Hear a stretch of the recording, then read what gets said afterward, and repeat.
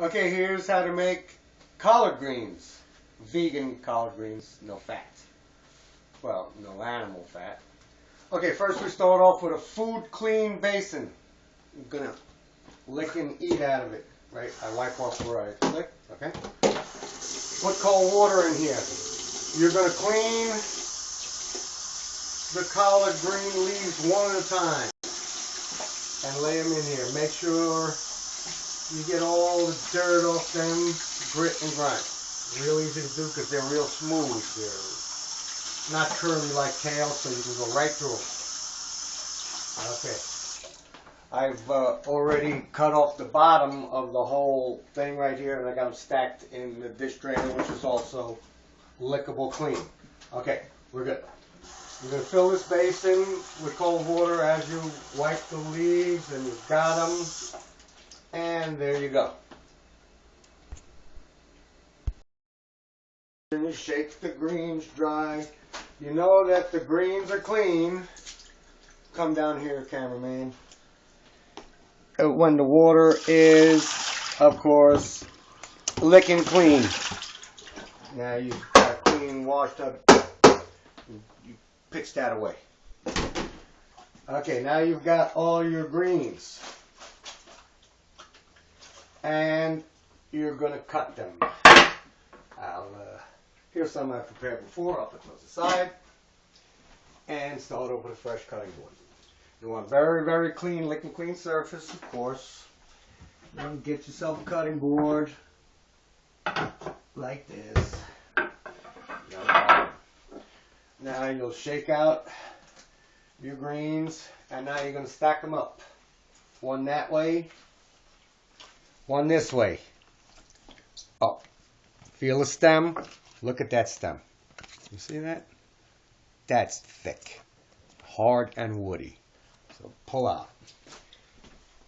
You hold it by the stem, pull down, breaking these little veins until you reach the tender part of the stem. You don't want to take the whole stem out. It's up to you. You can take the whole stem out. You can get scissors and cut it and take the stem. Okay, lay this down on your board. And do the same with all of these. So once again, take it dark side facing you, pulling downwards. There you go. Snap it off. If it doesn't snap, throw that whole leaf out because they come in big old bunches. Put it in your stock pot, whatever you're going to do.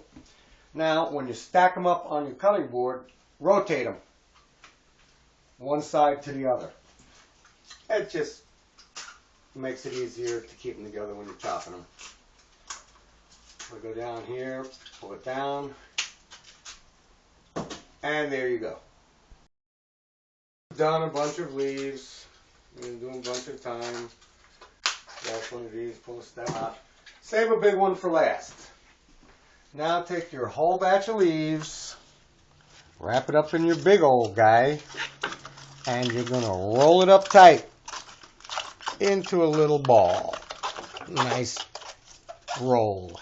It's like a cigar. That's fun. Okay, turn your board. Then, super sharp knife. You're going to slice it up. Some people like it really fine, and the thickness of each of these cuts. Can you see this? The thickness here is based on how long you plan to cook the greens. If it's going to be a quick saute where you're just doing a little garlic and oil, you do the little tiny threads, and those you can fry up in a couple of minutes. They stay bright green and they're delicious. But this is going to be a long cook in the pot, collard greens. So that's the standard collard green size. Each slice should have some green leaf and some stem on it because we've stacked them nicely and got them rolled up. And of course, you know this dish drainer, everything here is licking clean. Remember that. Now you've got those cut. There you go. Are you getting too much light over there? Let me A little bit. this. Okay, here we go. Is that better? A little bit. Okay. So I've got an onion here that I've already started to slice. I've peeled the onion, but notice I've left both ends on the onion so that I don't have to cry about it. Now, here's something about onions. When you slice them this way, you're breaking less cells. So if you're trying to caramelize onions or keep the onions sweet, you cut this way from the back root end up to the top sprout end. If you're trying to make the onions piquant or spicy or tangy, you cut this way. That breaks all of the cells and brings out all the juice. That's also what makes you cry. So in this dish, we want them sweet because the collard greens are going to have a little vinegar in the end, and that's going to give us so sweet and sour. So there's your onions. There you go. Okay, so let's get started. I've got a pot, and I put 1 tablespoon of extra virgin olive oil in there. A good tablespoon. Good extra virgin olive oil. Not the fantastic stuff you use on your salad, but something good for cooking. Fire this up. See if we got a flame on there. That's pretty big. We want this to be not too high. You don't want to hammer this. You want to take any chance that you will darken the onions. So I'm talking a little flame. I'm sure most people probably have electric stoves, so medium to medium low. You know your stove better than I do. Okay, so we're going to get the oil. Give it a chance to heat up. I've got my onions ready. I've got the collard greens sliced. And I got more. This is one bunch of collard greens that I bought at the local supermarket, the one with the flag. And so this is getting warm. Here's the onions. Here's the red pepper seeds I'll be using. Get those assembled and ready to go. Put them over here. And all about garlic. In this dish, some people don't like garlic in their greens. Some people do. But either way, it's risky. You don't want to take any chance that you might burn the garlic. I can see that my oil is happy and starting to be a little movement in here in the oil. Okay. I got the sound I'm looking for. I don't want it to be jump sizzling, but just nice. There we go. I'm going to put the pepper seeds in. Just a little mix from the get-go. This is for a whole pot of greens, so I know it may look like a lot. And now to help the onions, let's turn this down a little bit. I won't take, like I said, any chance that it might come down. I'm going to put a little salt in to help start the caramelization process of the onions and help them get their water out. Also prevent them from burning. It's not that much salt. There's a lot of greens here, and we'll adjust the salt in the end. This is just the salt that we're using to caramelize the onions. Okay, I need some type of apparatus. Very quick. Let's see what's nice over here. So many things. Let's go with I like this wooden cloth thing. That'll be fine. Having proper tools is never funny. Okay. There we go. I'm going to put the black pepper in here twice with my spoon rest. A little in the beginning when I'm first doing the onions. And then at the end of the dish, I'll put some fresh pepper in right before I serve it. For the bright black pepper taste. If you don't like black pepper, leave it out. It's not important. Okay. I've got. Okay, let's see if you can see this. Can you see that in the light? It's starting to get a little transparent around the edges. I can see my red pepper seeds are starting to darken. So I think I'm doing pretty good.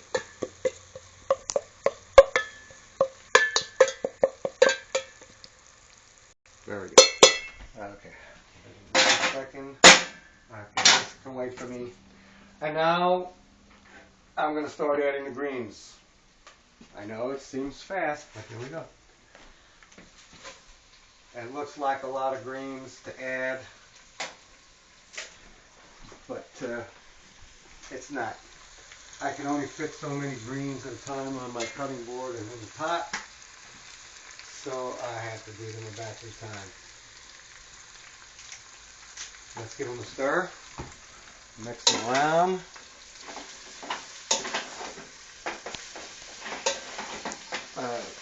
Not being careful to avoid spilling them over the edge, send them flying, because you know who's going to have to clean this up. That's Renee.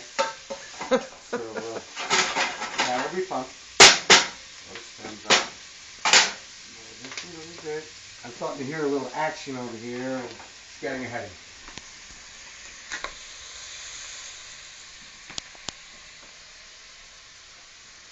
me. If you see a little round hole, discard the entire leaf. Come on.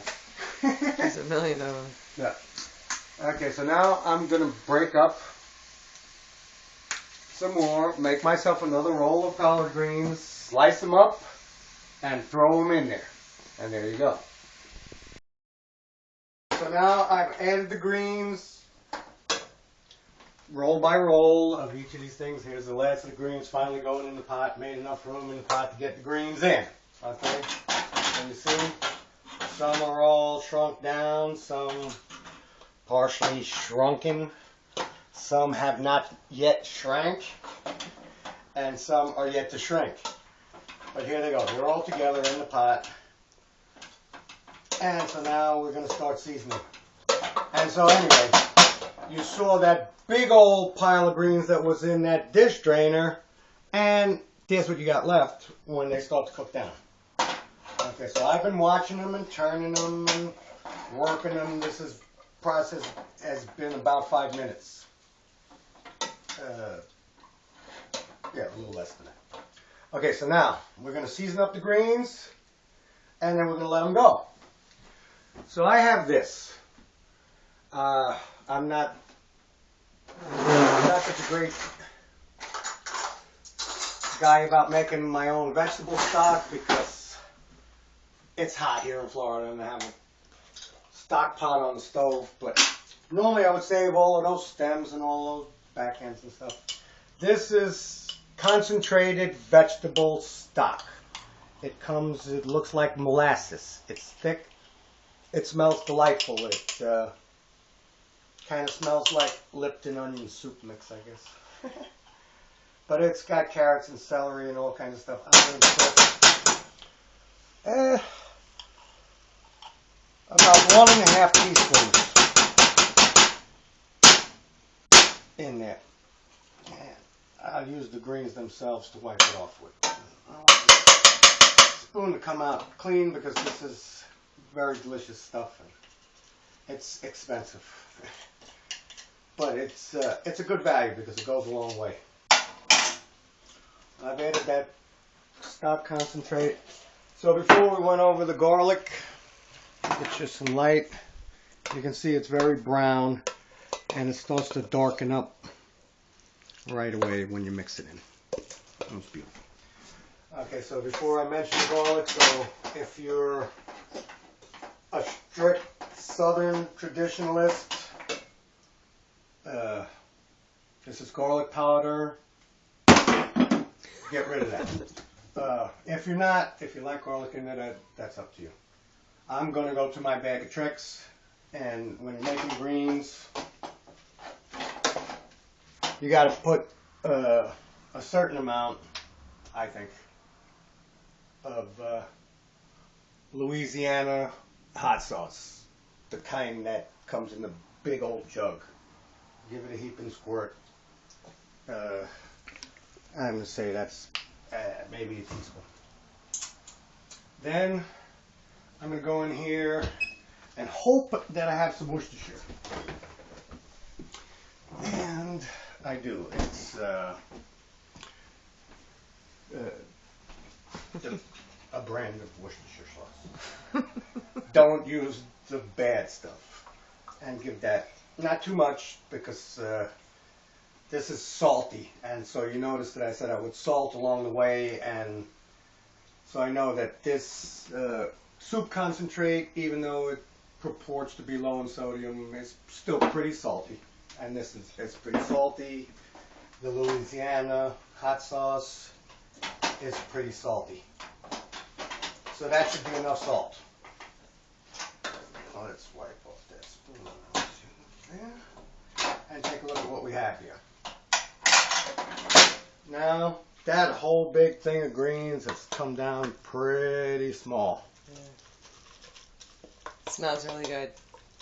And now, I'm going to shake that right there. And I'm going to give it a taste. Use some kind of implement if you not a cook. And oh, don't put the hot food in your mouth. Don't ever do that. And that tastes very good. And as I suspected, I won't have to add any additional salt. Most of the salt was there in the other ingredients. I'm going to add a little water. Just because I don't want to stand over the pot.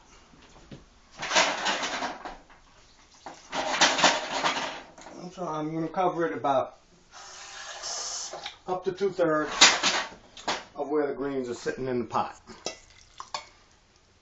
Like that. Cover it, tightly seal it. Turn it down to low. And water. And then I'll see you in about a half hour when I come back to check and see how it's doing. A little more action under there. And so there's what it looks like. You got the greens, the onions, and it's all in there with the miscellaneous ingredients. And so I'll see you in a half hour. That sounds better. Okay, so here's how you know when it's ready. Right here. This is how you know. I smell delicious collard greens. So that means they're probably ready. Also, my clock says that about a half hour has elapsed. It's only been about 20 minutes, I guess. Okay, so let's check it out. I came in here and snuck in and gave it a little stir halfway through. Okay. Hot top. And take a look at what we got here. And there they are. Now, here's what we're after. You see this over there on the bottom? Mm-hmm. That's the pot liquor. This is what we're using to cure Renee's sickness. Some type of flu or infection or something. That's how this whole thing started. That pot liquor, I believe, can cure just about anything.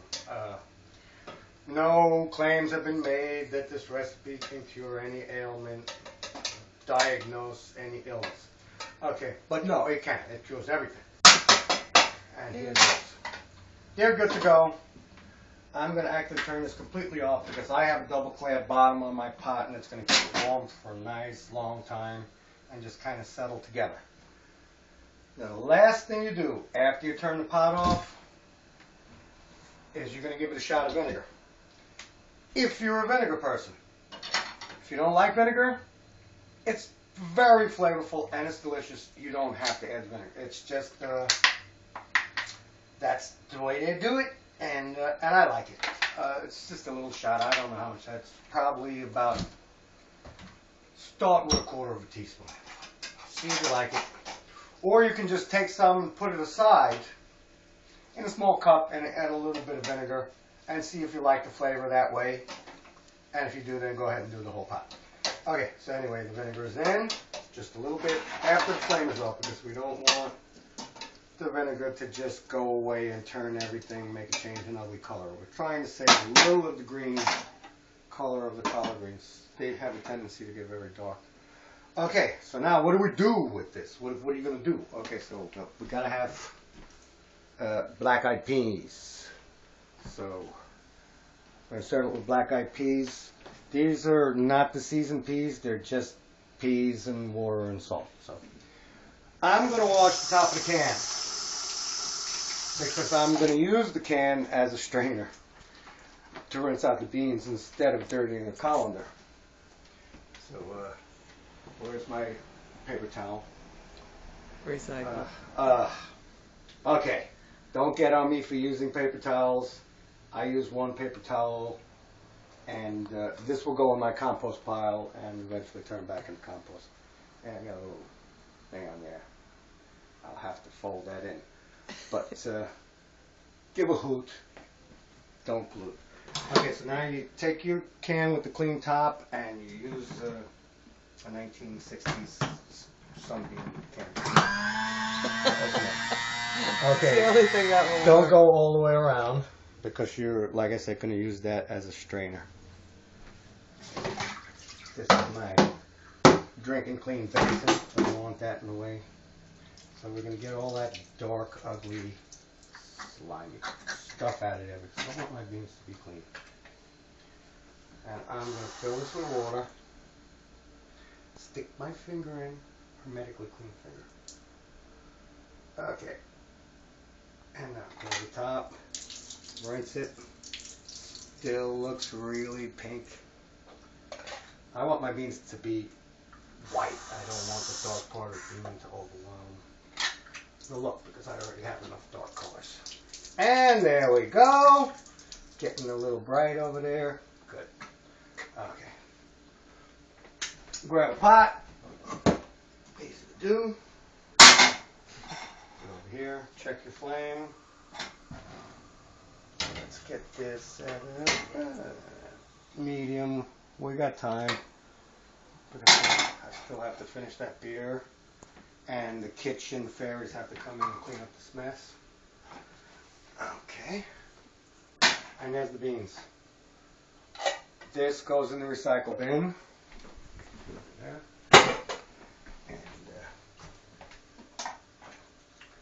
And I don't have to rinse the can to put it in the recycle bin because I've already used it as a colander. Okay, put this on a low heat.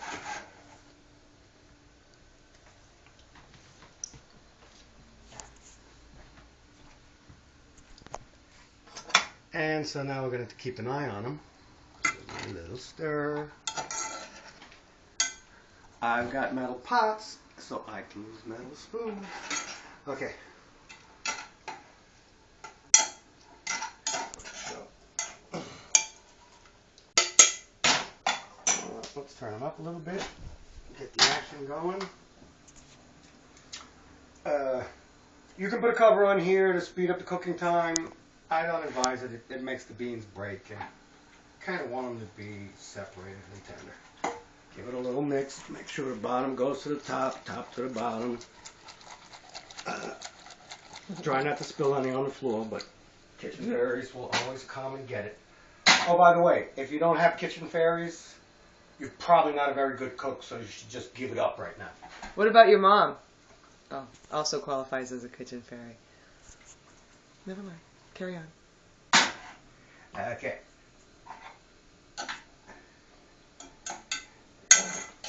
I think they're coming along.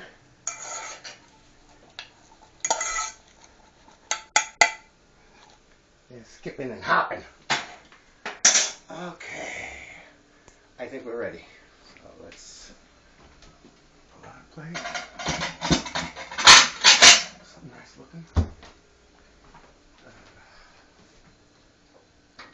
Crank those down. And serve them right up. There we go. Now, the black-eyed peas, see, they didn't break. They're all nice and separated. I didn't add anything to the black-eyed peas because they come salted in the can. And that's where the pot liquor is going to come in from the collard greens. That'll ride itself underneath. Okay, put some stringy stuff down there. The little tender part of the stem, if you get it just right, sometimes tastes just like I don't know, artichoke heart or asparagus or something very, very delicious. Now, I make sure I get extra spoon Pepper. of pot liquor. I know what you wanted. Right here. Spoon that across the beans. Go. And you're going to serve this with a serving of cornbread or corn muffin. And keep your eye out. I'll probably put the recipe up for a vegan corn muffin too. And let's give it a try. That's so good. It's completely vegan, completely vegetarian. This is packed with iron, protein, vitamins, antioxidants, and just about everything you need. Because a happy body makes a happy person.